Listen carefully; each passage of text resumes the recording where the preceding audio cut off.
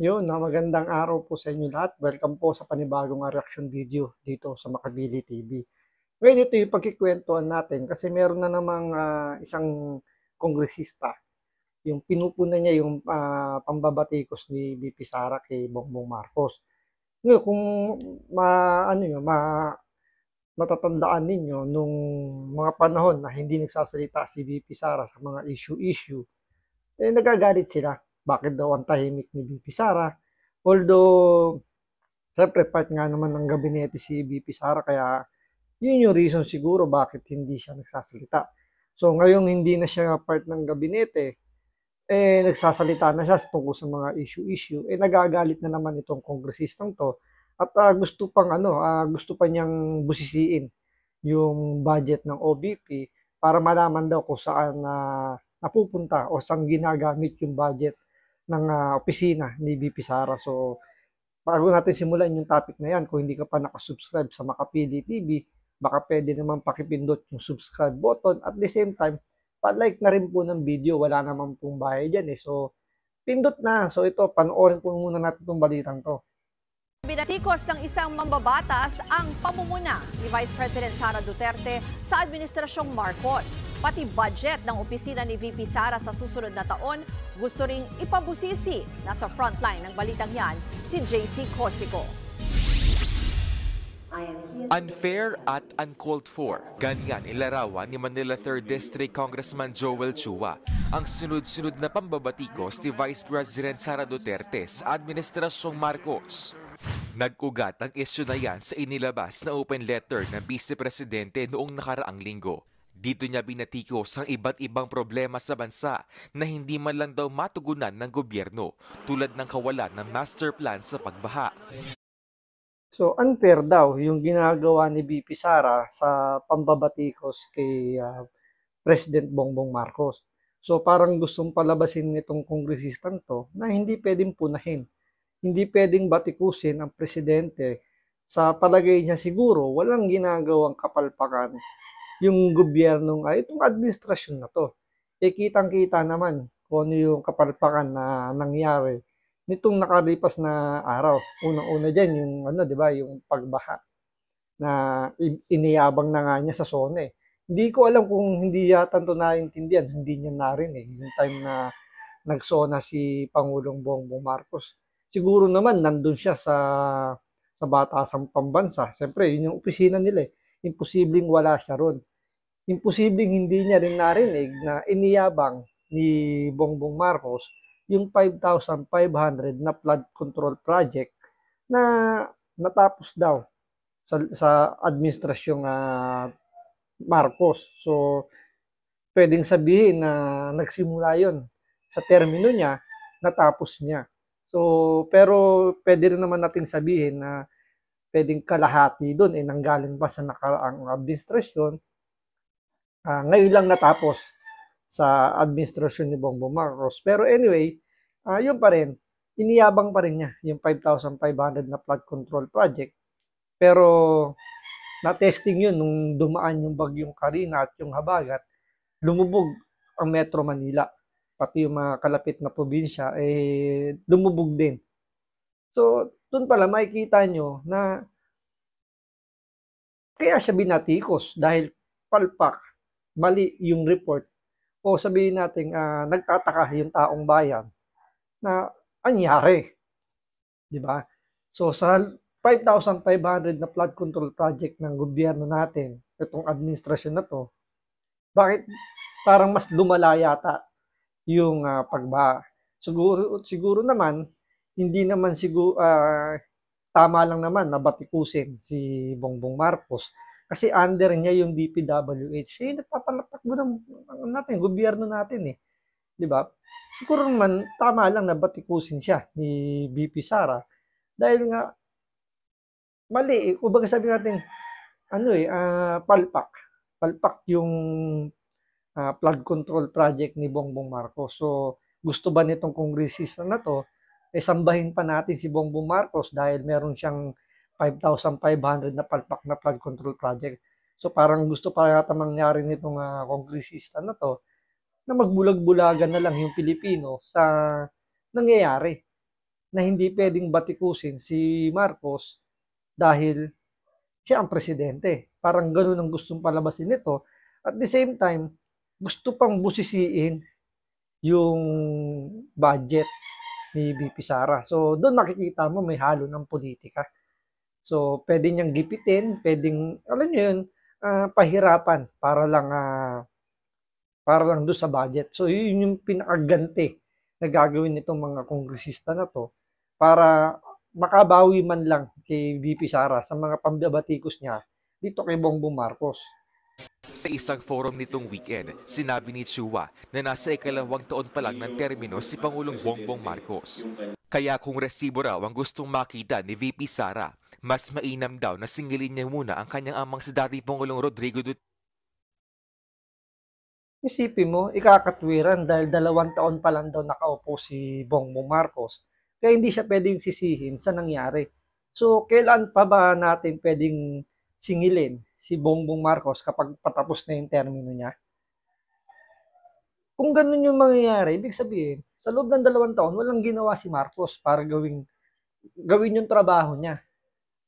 'Di ba? Yun yung lumalabas nung kung yun yung argumento ni congressman na yan na dahil 2 taon pa lang daw nakaupo si Marcos, hindi pa, kumbaga, wala pa siyang karapatan o wala tayong karapatan na tanungin kung ano nang nangyayari sa pagtatrabaho niya. So, ibig sabihin, nasa honeymoon stage pa rin si Bongbong Marcos hanggang ngayon, na wala siyang tinatrabaho pa rin hanggang ngayon. So, anong silbi mo bilang presidente? Kailan ka magtatrabaho? Pag patapos na yung termino mo. Ngayon, tatanungin niya, ano ba yung resibo? Ano ba yung nagawa daw nung nakarang administrasyon tungkol sa flood control na yan? Well, hindi naman natin may aalis na meron pa rin nangyaring pagbaha nung nakaraan administrasyon ni Pangulong Duterte. Pero i-compare mo naman yung nangyaring pagbaha ngayon sa nung nakarang administrasyon. 'Di ba mas malala ngayon? 'Di ba? Pero isipin nyo, nung panahon ni Pangulong Duterte, wala siyang nireport tungkol sa flood control project na natapos. Dahil alam niya, wala pa talaga. Dahil, kumbaga, pinaplano pa lang nila. Kasi hindi naman ganun kadali yung flood control project na master plan na sinasabi nila. Kasi malakihan yan. So, hindi natin maintindihan kung bakit nakapokus sila doon sa pinakamalaking flood control project, which is meron namang pwedeng pinakasimple, pinakamura na solusyon para po sa akin, yung back to basic. Ano ba yung dahilan bakit nagkakaroon ng baha? Siyempre, number 1 dyan, basura. Di ba? Dapat makontrol muna natin yung basura na tinatapon dun sa mga ilog. Kasi yun yung kumbaga, dun dumadaan yung tubig sa mga estero, sa mga ilog, doon dumadaan So, kung puno na ng basura yon, at the same time, medyo mababaw na dahil nga sa tagal ng panahon, siyempre, naaagusan yan. So, puro, may mga putik na basura, halo-halo na, so mababaw na. So, kailangan ng dredging. So, yan yung hindi nakikita ng gobyerno natin. Hindi natin inaano kay Bongbong Marcos lang. So, siguro, nung panahon ni Pangulong Duterte, yan din yung nagkulang. So, anyway, kahit gano'n nangyari, ibig sabihin, may mga planong ginawa or naiano na yung administrasyong Duterte na dapat i-implement na ngayon sa panahon ni Bongbong Marcos pero walang nangyari. So, ang ginawa is patsi-patsi. Yung maliliit na project lang yung ginawa na hindi natin maintindihan ano ba yung maliliit na project na ginawa nila. Hindi naman dinisclose kung anong klaseng flood control project na maliliit yung ginawa nila na ginastusan ng 1 billion. 1 billion a day ang ginastos para sa maliliit na project na hindi naman dinisclose kung ano yun. So, yun yung pinupuna ng taong bayan ni VP Sara, yung kapalpakan doon sa flood control project na niyabang ni Bongbong Marcos. So, mali ba yung pagpuna doon ni VP Sara at yung pagpuna ng ibang kababayan natin sa maling report na ginawa ng DPWH na ipinagtanggol pa ni Bongbong Marcos dahil daw hindi na akma yung flood control project na ginawa dahil daw sa climate change. Meron pang isa pang palusot na ginagawa na sinasabi nila na nakakatawa. na kaya daw nagbaha dahil binangga daw o nabangga daw ng barko yung flood control project doon sa may dagat. So ngayon lang ako nakarinig na flood control project na nasa dagat at nabangga ng barko. So ibig sabihin, nasa gitna yung flood control project ng dagat. Kasi hindi naman pwedeng hindi naman pwedeng nasa baybayin lang yung flood control dahil siyempre sasayad yung barko. Kailangan malalim yung pinipwesto ng barko, yung dinadaanan para hindi sila sumayad. So kung yun yung argumento na dahil nasira daw yung flood control dahil nabangga daw ng barko, napakalaking palusot. Nakakatawa yung palusot na ginagawa ng administrasyon ni Bongbong Marcos. Duterte na 6 na taong naupo bago pa si Marcos. Kung yung sinasabi po niya na dapat sinunod yung master plan tungkol po dito sa flood control, di sana po nung panahon po nung kanyang ama, nung administrasyon po nung kanyang ama, di dapat sila po yung unang sumunod. Tingin ni Chua, gusto lang ilihis ng Vice Presidente ang atensyon ng publiko para hindi batikusin na pag-alis niya patungong Germany. Tingnan nyo kung paano dumepensa itong kongresista, kung paano depensahan, kung paano talaga yakapin yung pagkakamali ni Bongbong Marcos. Diba? Na talagang yung discarding dilawan na isisi sa nakaraang administrasyon, yung mga pagkakamali nila, yung mga kapalpakan ngayon, isisisi sa nakaraang administrasyon. Tapos, uungkatin yung itong nangyaring pagpunta sa ibang bansa ni VP Sara nung time na bumabagyo na. So ito yung gagawin nilang pang-divert dun sa issue, yung pag-alis ni VP Sara. Which is sinabi naman ni VP Sara na matagal na nakaplano yan. At the same time, dumaan niya sa proseso. So meron, kumbaga, naipagpaalam niya na yan kay Bongbong Marcos. Pirmado na yan, kumbaga parang binigyan na ng go signal ng Pangulo yan. So, kung yan yung magiging, kumbaga yung magiging reason nyo para batikusin si VP Sara dahil sa wala siya nung panahon ng nasa krisis hindi naman krisis, sabihin natin na nung panahon na bumabaha sa Metro Manila, wala siya. Sisihin nyo muna yung presidente na bakit siya pinayagan. Diba? Hindi sana, nung paalis pa lang si VP Sara, sana nag-courtesy call na yung presidente, oy, VP, wag ka munang umalis kasi bumabaha, hindi ko kaya. Sana ganun sinabi ni Bongbong Marcos, hindi ko kayang patakbuhin yung gobyerno dahil bumabaha, hindi ko alam ang gagawin ko. Baka pwedeng wag ka munang tumuloy, tulungan mo ako kasi naguguluhan na ako. Hindi ko kayang patakbuhin. Sana ganun ang sinabi ni Bongbong Marcos, baka sigurong hindi tinuloy ni VP Sara yung pag-alis niya, di ba? Noong kasagsagan ng pagbaha dahil sa bagat at bagyong Karina. Hindi ko naman po sinasabi na huwag siyang umalis kung talaga naka-scheduled na. Pero po pwede naman siyang ma-delay eh. Iba po talaga kasi yung leader nakikita mo po sa ground. Iba pa daw yung leader na nakikita mo sa ground. Hindi ko maintindihan kung saan nanggagaling itong kongresista na to. Kongresista siya, parang hindi niya alam kung ano ba yung power ng Vice President, yung power ng Presidente. Sino ba yung dapat na umaaksyon pagdating sa ganyang mga sitwasyon? Gusto yata nito na kagaya siya ni Leni Robredo na umiepal na andyan yung Presidente, gustong sapawan. So parang ganun gusto niyang mangyari. Unang-una, presidente nagpapatakbo ng gobyerno natin. So, ang vice presidente, hindi po siya mandato na, kumbaga, hindi niya trabaho. Although kailangan niyang tumulong. Pero doon muna tayo sa presidente. As long as nandiyan yung presidente yung dapat trumabaho sa mga nangyayari. Hindi po yung vice presidente. Kasi ang pinaka-function lang ng vice presidente is mag-antay lang na maging inutil yung presidente, patalsikin yung presidente bago siya maupo sa pwesto. Ngayon, kung sinasabi niya na kailangan daw nasa ground daw yung opisyal, eh asan ba si Bongbong Marcos nung panahon na bumabaha? Nandun ba siya lumalangoy kung saan may baha? Di ba? So, hindi mo pwedeng i-reason na dapat nandoon nasa grounds yung opisyal. Kasi hindi naman trabaho ni VP Sara yon.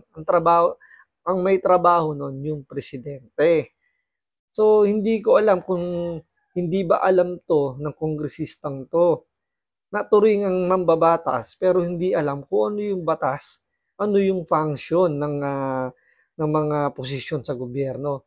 At baka hindi niya alam na kahit wala si BP Sara nung time na yan, eh nagbigay ng tulong si BP Sara at isa sa pinakamagandang ginawa ni BP Sara noon, walang pangalan, walang tarpaulin niya nung namigay sila ng tulong.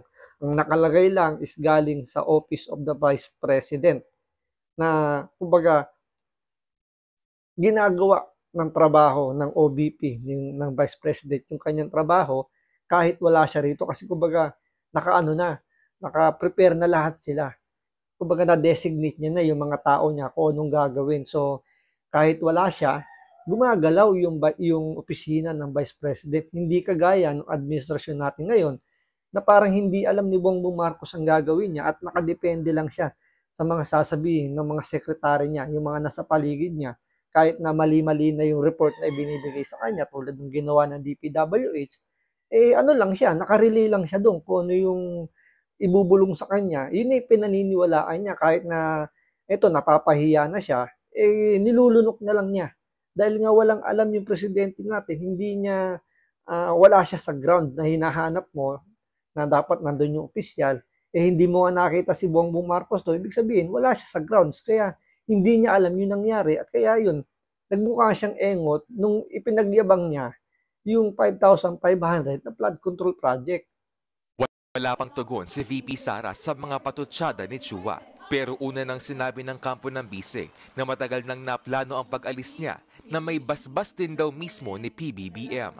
Bukod sa issue sa pagbaha, pinuna rin ni Chua ang paggastos ng husto ng gobyerno sa security detail ni VP Sara. Naging issue rin kasi ang pagbawi ng PNP sa 75 tauhan nila na nagbabantay sa kanya. Giit ni Chua, dapat malaman kung talaga bang may security threat sa panig ng bise. Hindi ko naman po inaalis sa ating Vice Presidente na tanggalan siya ng security. Ang sa atin lang naman po, gaano po ba karami ang kailangan? Siguro mga 100, lahat na po pwede na Hindi rin Siyempre, yung threat, hindi ko maintindihan bakit sa kanila walang threat doon sa Vice President. Hindi nila nakikita yung sitwasyon na yung threat, mataas ang threat ngayon sa Vice President dahil marami yung hindi na natutuwa kay Bongbong Marcos na parang anytime niya may gustong tumindig diyan para alam niyo petition si Bongbong Marcos na umalis na sa pwesto dahil nga sa hindi mga kapalpakan na ginagawa niya.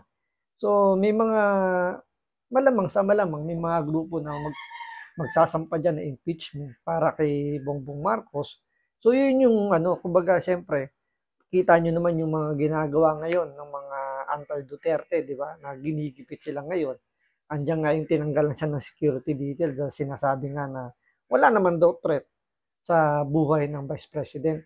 So hindi nila nakikita o kumbaga parang hindi nila naisip sino-sino ba yung mga nilabanan ng mga Duterte noong mga panahon na sila yung nakaupo.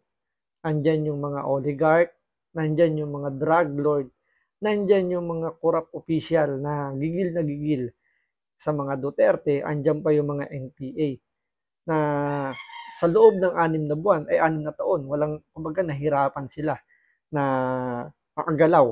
So yan yung mga galit na galit sa mga Duterte. So sasabihin nila walang threat.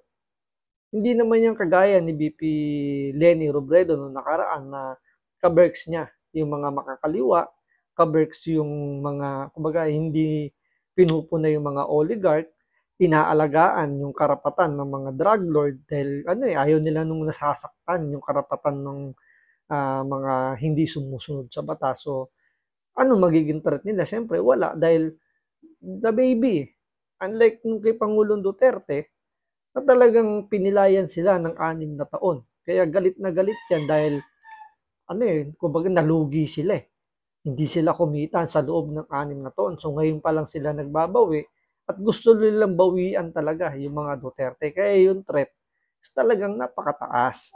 Yun ang sanang maintindihan ng mga sip-sip na tambaluslos. Sa bagay, hindi nila i-consider yon dahil ang kailangan nilang gawin is protektahan yung kanilang presidente na si Bongbong Marcos dahil pinsan yon ng kailang Speaker of the House. So hanggang dito lang po muna. Maraming salamat sa panonood.